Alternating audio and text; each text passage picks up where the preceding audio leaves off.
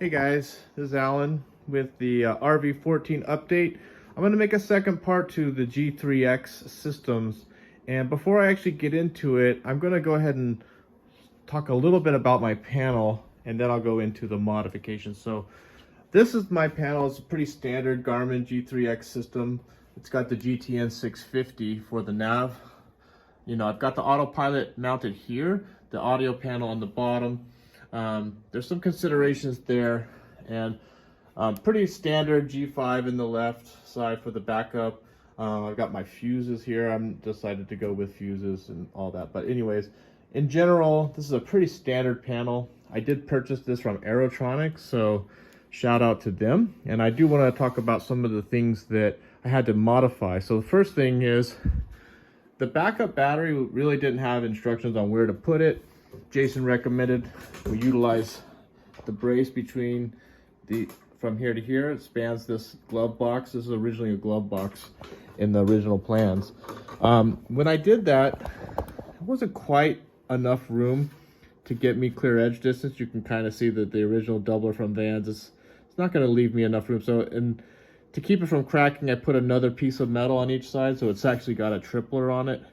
That'll just make sure that I've got plenty of space. There's going to be quite a bit of torque on this. So that's where the battery backup goes.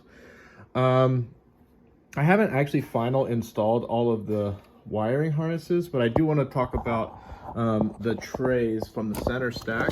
So when you go to put the center stack, you see the longest one that you see sticking out here is the GTN 650. So the navigation had to be put on top, otherwise you'll run into this bulkhead. Now even with that, the audio panel, which is kind of tucked in there, I don't know how well you can see that, but that's what's underneath it. I actually had to trim this down about 1 inch, and I put a little bit of that edging grommet that I get from Aircraft Spruce to protect it, but that fit pretty well.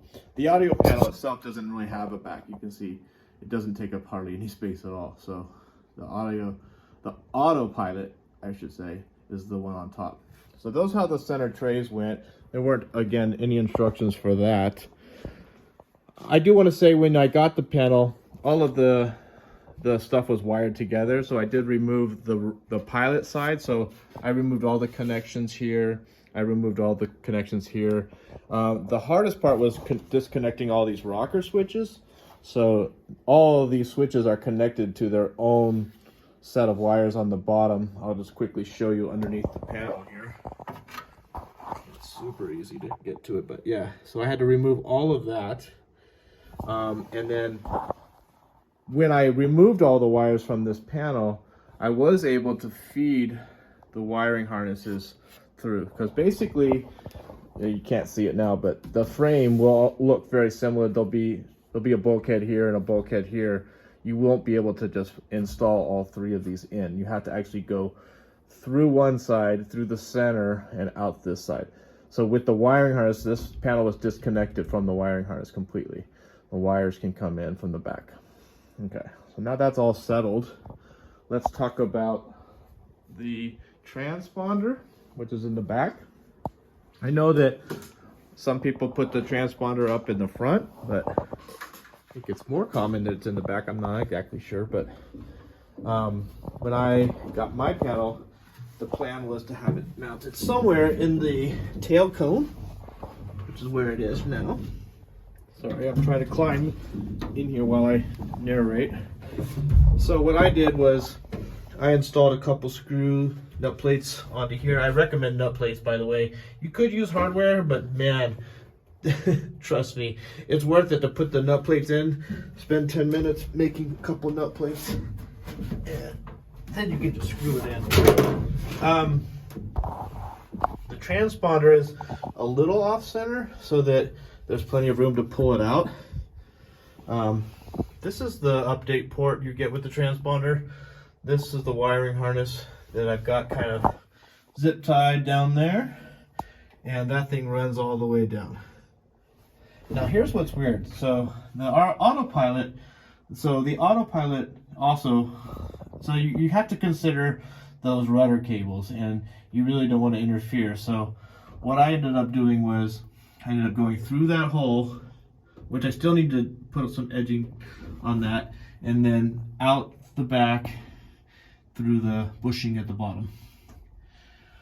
In the original plans, Vans actually has you put in a coax in the center right here. Like, there's nothing there. I'm just kind of filming the back. But if you are building this, you might think, hey, where's that wire? Where's that coax for the ADS-B? And the answer is you don't have one.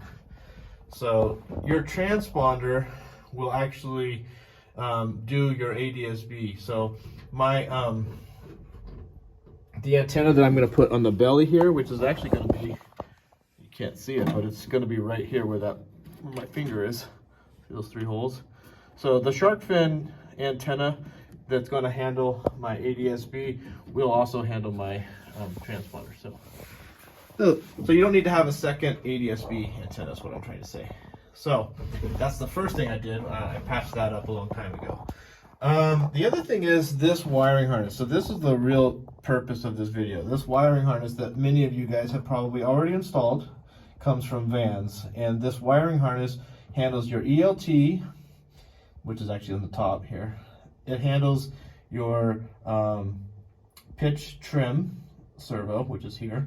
And it also handles your nav, which is in your tail and the strobe.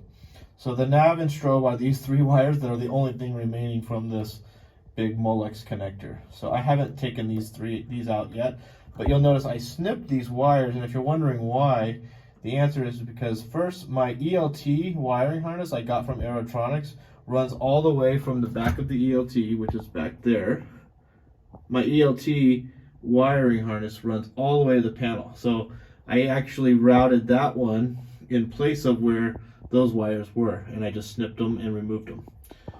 The other wires that are these green and blue and orange wires, or they're actually green and white, but those 3 wires that are snipped, those ones originally were going to be controlling my pitch trim servo, but Garmin handles that for you. So let me actually start at Garmin. So this tail right here you see is the relay from the servo to the pitch trim.